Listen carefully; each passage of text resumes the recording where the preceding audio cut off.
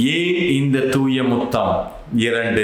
அன்புக்குரியவர்களே, இந்த புது வருஷத்துல நிறைய விஷயங்களை நம்ம கத்துக்க போறோம். தொடர்ந்து ஆராதனை டிவில என்னோடு இணைந்திருங்க. பூச ஆரம்பிச்ச உடனே குருவானவர் பீடத்தை அண்டி வந்து பீடத்தை முத்தமிடுகிறார்.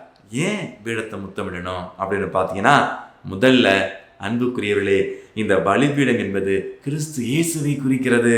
எனவே அந்த நற்கருணை புதுமை நடைபெறும் இடமான இயேசு கிறிஸ்துவை பிரதிபலிக்கின்ற, இயேசு கிறிஸ்துவாகவே இயேசு கிறிஸ்துடைய அன்பையும் பாசத்தையும் நமக்கு வெளிப்படுத்துகிற அந்த பலிபீடத்தை முத்தமிடுவதனால் குருவானவர் இயேசு கிறிஸ்துவுக்கே முத்தமிடுகிறார். இரண்டாவது அர்த்தம் என்ன தெரியுமா?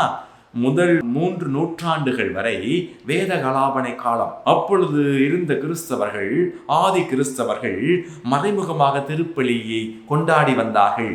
அப்படி மறைமுகமாக திருப்பலியை கொண்டாடுகையில் நிலத்தடி கல்லறைகள் என்று சொல்வார்கள்.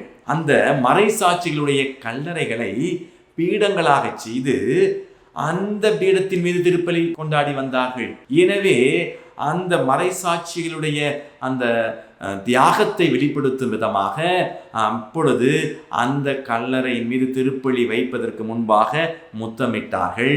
இன்னைக்கு நல்லா கவனிச்சுக்கோங்க, உங்க பங்கு கோயில் பீடத்துல எந்த மறைசாட்சி அல்லது புனிதருடைய திருப்பண்டம் வச்சிருக்காங்கன்னு பாருங்க. ஆக திருப்பலி நிறைவேற்றின குருவானவர் முத்தமிடுவதற்கு காரணம் அந்த பலிபீடத்தில் வைத்திருக்கின்ற அந்த புனிதர்களுடைய அல்லது மறைசாட்சிகளுடைய திருப்பண்டம், அதற்கு கொடுக்கின்ற மரியாதை. மூன்றாவது அர்த்தம் என்ன தெரியுமா? அன்பு மக்களே, இயேசு கிறிஸ்து மணமகனாக இருக்கிறார். தாயாம் திருச்சபை மணவாட்டியாக இருக்கிறது, மணமகளாக இருக்கிறது.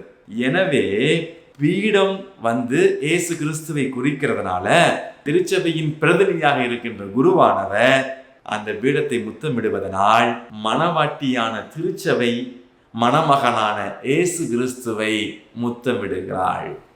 அன்பு மக்களே, அற்புதமான ஒரு அர்த்தம் இருக்கிறது.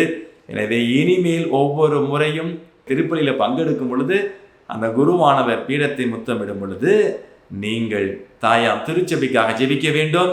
நேரம் கிடைக்கிறப்ப திருப்பலி முடிந்த உடனே முடிச்சவங்க ஓடாம அந்த பீடத்துல போய் நீங்களும் முத்தி செய்யுங்கள்.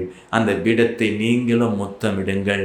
கிறிஸ்துவின் அன்பில் வளர வாழ்த்துக்கள். இயேசுவுக்கு புகழ், இயேசுவுக்கு நன்றி. மரியே வாழ்க.